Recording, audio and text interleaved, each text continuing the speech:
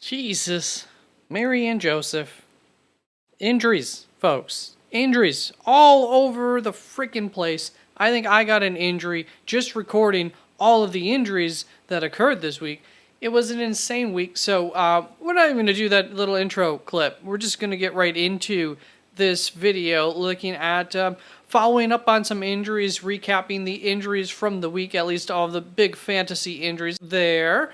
You can see the week 7 bye. So on top of the injuries, we also have a bye week bipocalypse coming. That's what they like to call it these days.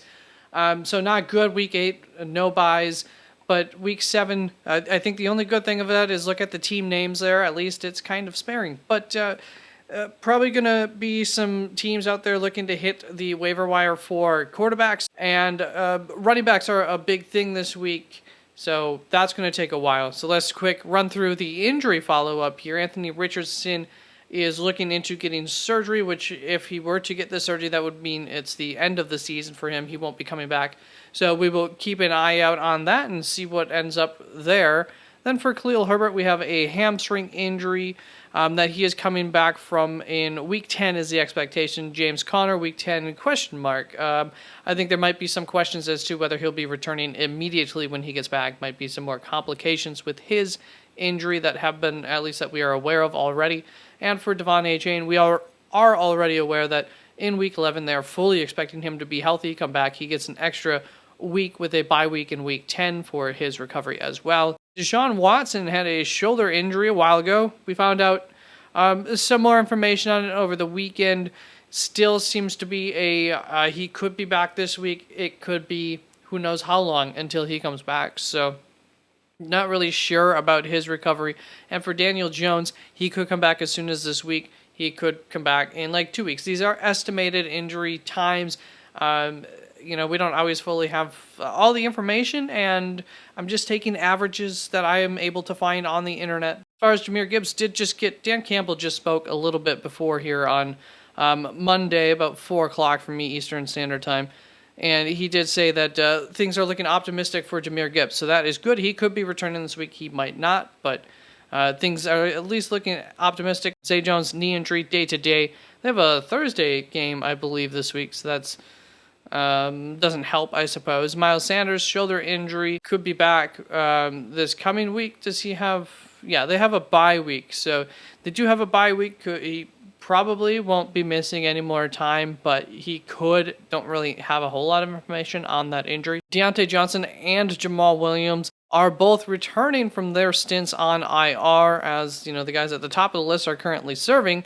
And will they be returning to the game? We don't know for sure for either of them yet, but Pat Freiermuth has come out and said that he is for sure going to be returning and playing this upcoming weekend, so we're good there.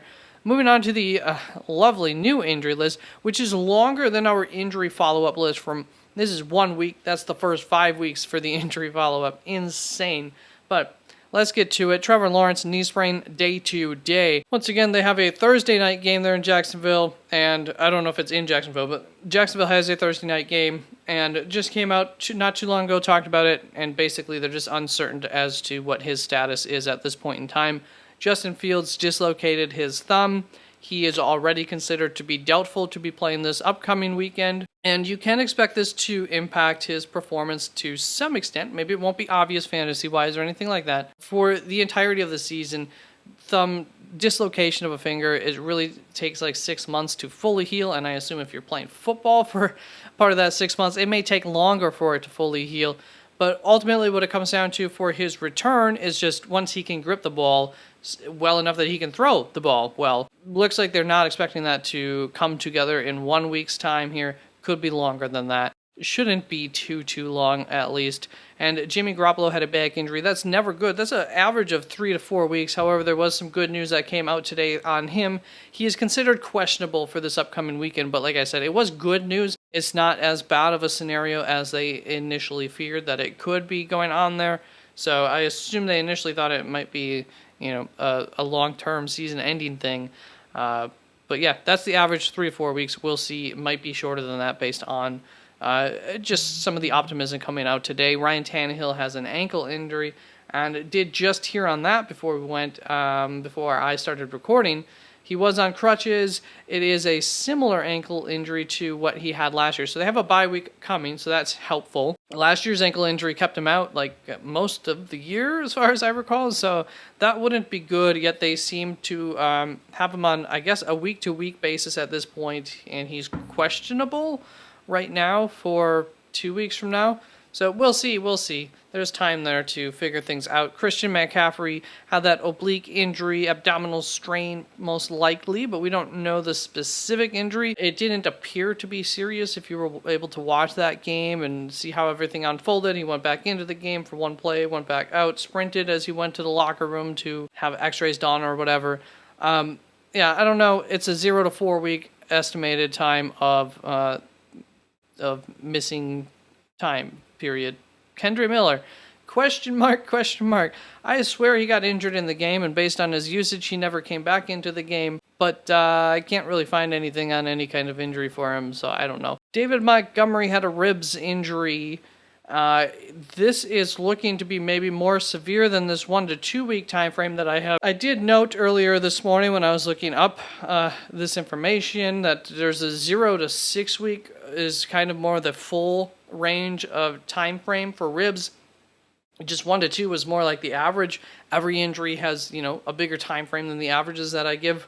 But unfortunately, a little bit of news that just came out when Dan Campbell was at the podium said that there's a cartilage issue going on with David Montgomery. He's going to be down for a bit. Those are both quotes. And this is a quote from the tweet. Campbell is unsure for how long David will be out. So we might be looking at something beyond 2 weeks here for Montgomery. Very unfortunate. Kyren Williams up next here. Such a transition from very unfortunate to the next player. Ankle injury for Kyren Williams.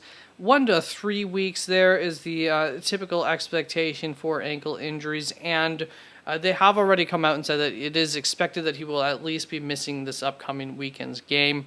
And Ronnie Rivers, the backup running back to Kyren Williams, really the only reason I put him on this list is to set up something for later, had a grade 3 PCL sprain, and that is expected to keep him out for 4 to 5 weeks. Damian Harris, if you saw that was, neck injuries are never a good thing, and they're never fun to watch on TV as a guy gets put in an ambulance and brought away, but it was just a neck sprain. Luckily, that is a 1 to 4 week thing. He is doing well. Good updates from him. Samaje Perine has a leg/knee injury. Can't really find anything else on that. It's a pretty vague injury to just try to give you any kind of estimation of missed time on. Alec Pierce has a shoulder injury. Also pretty vague, but 0 to 4 weeks is the expectation for shoulder injuries without knowing more information on that. So Deebo Samuel is in that same time frame with his shoulder injury. Garrett Wilson had a leg injury. They do have a bye coming up. After the game yesterday, Robert Saleh, head coach, said that they could have finished, that Garrett Wilson could have finished the game. And also, like I said, they have a week 7 bye. So that works in favor of Garrett. We'll have to follow up on that. Greg Dulcich had a hamstring injury again. Re-injured it pretty shortly into the game. He had just coming off of IR from that hamstring injury. He's had a history of hamstring injuries. I imagine he'll get shut down for the season. All right, that brings us to waiver wires. So I don't want to spend too much time on the quarterbacks. I went through and I got you a few extra streamers compared to what I originally had with all the quarterback injuries, the bye weeks and everything. I think it's pretty clear that there's going to be some teams out there needing streamers. So Sam Howell going up against the New York Giants, it sounds better than it is, but he is probably the name that you're going to want to trust the most out of the bunch. Once again, may not be the best situation there, though. A lot of times teams run a lot on the Giants. Desmond Ridder and Tampa Bay there actually might be the better option to go. I kind of am susceptible here to big nameage and not wanting to trust Desmond Ridder in the event of Derek Carr there, but ultimately Tampa Bay has been more friendly to quarterbacks, and Desmond Ridder has been the better quarterback up to this point in the season. Maybe this is the route you should go if you can trust Desmond Ridder yourself. All right, running backs. Starting off with Roschon Johnson, I have at the top of the list this week going up against Las Vegas. Sam, I thought he'd come back from the concussion, and so it was not a mild concussion, obviously, we'll see. He might not be back this upcoming weekend, so there is always that risk with Roschon Johnson. But if he is back, and even if he is back in 2 weeks, it can be another nice matchup there against Los Angeles Chargers. Moving on to Zach Evans here, and I actually had the San Francisco running backs both listed ahead of him up until a short while ago when I realized that San Francisco is playing in the Monday night game, and we really don't know about Christian McCaffrey. There is no guarantee that he's going to be missing any time as of right now, and that's going to be an absolute headache, and you might not have the luxury of being able to even play one of these guys if you don't have some sort of backup option, even if Christian McCaffrey doesn't end up going and they're a stud play, because you don't know before you have to play guys on Sunday. So that's an absolute headache that you may not be able to work with. So just be absolutely aware of that in the events of Elijah Mitchell, Jordan Mason. Let's just go through those two. So a lot of people will probably think that it is Jordan Mason. We'll have Jordan Mason ahead of Elijah Mitchell on their waiver wire lists. I still believe in the long-term backup who started the season higher up on the depth chart list, that being Elijah Mitchell behind Christian McCaffrey. He came into this game off of a long-term absence, and my best guess is that it's a shared backfield if Christian McCaffrey misses time. It's very close between the two. I just lean in favor of the incumbent, essentially. Zach Evans, it appears, I mean, it's almost certain at this point. That's another reason why I moved him up. Both of the starting running backs are not going to be playing this weekend. It definitely seems to be the case, the expectation at this point in time. Zach was a fine running back prospect. He is a rookie, so he was in this last year's draft, and this offense has done really well for their running backs. They've blocked well for their running backs so far, and Pittsburgh has been one of the better running back matchups at this point in the season. So especially if you're just looking for somebody this week, I really think Zach Evans is probably your safest and best bet. Then a couple spots down, we have Craig Reynolds, and it's looking like there's a decent chance that it'll be Craig as the lead back next week. I would argue that it may be the case even if Gibbs returns that Craig Reynolds would still be the lead back in that instance. Unfortunately, Baltimore, who they will be going up against this upcoming week, is not a great matchup, and Craig is a fine NFL running back, but he is not anything special, although we did just find out a little bit beforehand that that David Montgomery thing's going to be a multi-week thing, so the Craig Reynolds stock here just kind of went up a little bit with that being the case.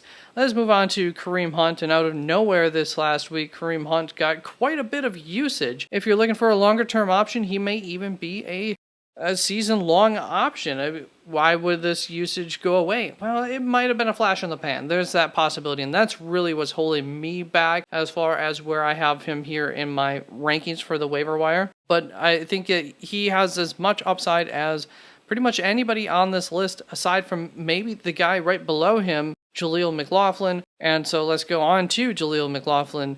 And you can see, by the way, first of all, in order to make my lists here, you got to be under 50% owned on ESPN's website. Strength of schedule, season-long strength of schedule is over here. And, of course, these are their next 3 matchups. So Jaleel McLaughlin, I think that he's also a long-term option like Kareem Hunt is. And it appears that it's going to be him and Javonte owning this backfield moving forward. I think Samaje may have been outplayed from his role, plus there's some sort of injury thing going on with him. Moving on to Deonta Foreman.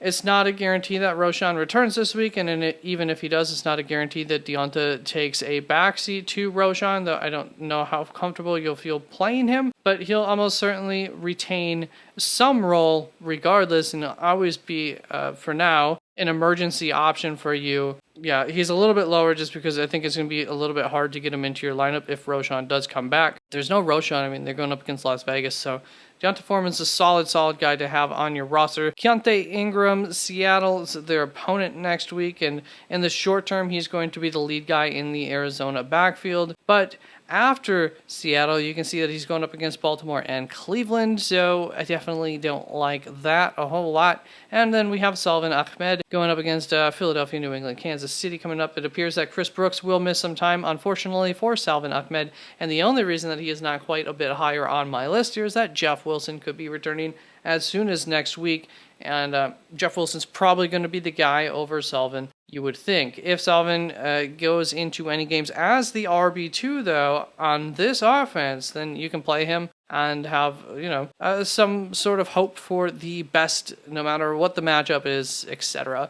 Then we have Chuba Hubbard here, and unfortunately, it's a bye week. You could probably really use him this week, or a lot of people could, so Miles Sanders will probably be back in time to face against Houston and Indianapolis, but in the event that Chuba Hubbard's out there, and you miss out on all these guys or whatnot, whatever, if you're doing fab, put him as your last bid for like 50 cents or buck, whatever the lowest bid is you can put on him.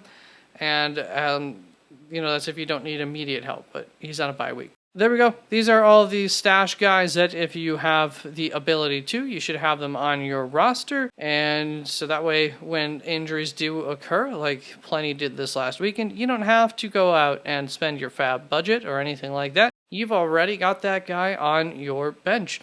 Or maybe now he can just come on in and replace somebody that you have that's been disappointing so far. I'm waiting for somebody to replace Ramondre, although Ramondre's got some better matchups finally. Here's a bunch of free agents here. These are just guys that you're not necessarily going to go and spend any of your fab budget, etc. on, waste a waiver wire positioning this week on. But if you need somebody at the end of the week, these guys are always options throughout the week. I do have Ezekiel Elliott down here, actually, not because I really think he's a good free agent option, but to point out that the touchdown that Ezekiel Elliott got happened to be on the drive that Ramondre Stevenson got injured on at the beginning of the drive, one of their few scoring drives. I almost cried when that happened. So I wouldn't get overly jacked about Ezekiel Elliott. I saw him pretty high on at least one waiver wire list, and it made no sense to me. So if somebody has a great argument for it, go right ahead and listen to that argument, but I don't like it. Moving on to the wide receivers, like I said, there's not much going on for the wide receivers this week, and there's really, injury-wise, too, you should be pretty solid. So still think Rashee Rice should be rostered. Josh Downs should probably be rostered. We'll see what happens tonight between Quentin Johnston, Josh Palmer, and all of these guys are similarly like free agent type guys that you can pick up and use in any given week that are often found on a lot of waiver wires out there. That's it for the wide receivers. Looking at the tight ends, you got a sneak peek at the DSTs. Not a great week for streaming, but there are a few options there. And I still think it wasn't a good week for Logan Thomas if you went out and got him, especially if you got him based on any advice of mine and used him. I'm sorry, but that'll happen for tight ends. I still like him a lot this week, this season. Still think he's been very good, but there are a couple of names who maybe I'm a week behind on Jonnu Smith. Hopefully not. Hopefully if you end up using him, he continues to have the same kind of success he's had so far this season.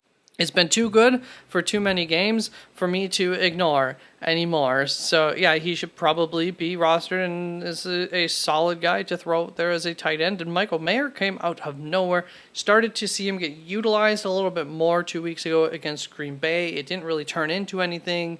But I think the announcers were also talking about him a little bit in good, saying good things. Heard some more good things leading up to the games this weekend, and it came through. And there's a good matchup this week against Chicago. So there is a reason I have him as a stash because I still don't fully trust it. However, this week, after last week, and after the last really 2 weeks, I also think he's a bit of a stream. So he's a stream and stash kind of guy. Really good matchup against Chicago. You can't argue against that. And Dalton Kincaid, I think, is still a stash. He's been dropped by a lot of people with his injury last week. If Buffalo can integrate him and figure it out, that's an offense that you would love to have a guy getting, especially at a tight end position, 6, 7, 8 targets a game from. And they could use a guy like him with the areas of the field that he works. So if they figure that thing out, it'd be really good for him. Then for the streaming options, Luke Musgrave going up against Denver. You never bet against a guy going up against Denver. And then you look at, even after that, Minnesota, Los Angeles Rams, also good matchups for tight ends. So it's a nice little stretch here for Luke to maybe take advantage of. Cade Otton, you're not going to trust him, but it is a really good matchup against Atlanta. He failed me last weekend. It sucks. And Durham Smythe going up against Philadelphia. It's also a good tight end matchup there. So those are unfortunately, your best streaming options are probably Michael Mayer, Luke Musgrave, and I guess Logan Thomas, Jonnu Smith, if they're available. DST streamers, Tampa Bay Buccaneers versus Atlanta is going to be your best path to go, it appears. But other than that, I really don't like this week because it's pretty much not great defenses against like bad offenses, and I don't like that. Like, I don't like to try to trust the Las Vegas Raiders defense, even though they're playing Chicago's offense, who will probably have a backup quarterback there, but that does go a long ways. Still, Washington Commanders at New York Giants. I think we also have the New York Giants versus Washington. Both teams have allowed a lot of sacks and whatnot, and a lot of fantasy points to get scored against them by other DSTs. Indianapolis Colts going up against Cleveland. Could have the backup quarterback again, and Cleveland has surprisingly actually been a pretty good matchup for DSTs, and Indianapolis hasn't been too bad themselves as a DST. Kind of middle of the line options there. So that is it for the getting prepped for week 7 with the waiver wire stuff. Yeah, what a nasty week. All right, I'm done. Bye-bye.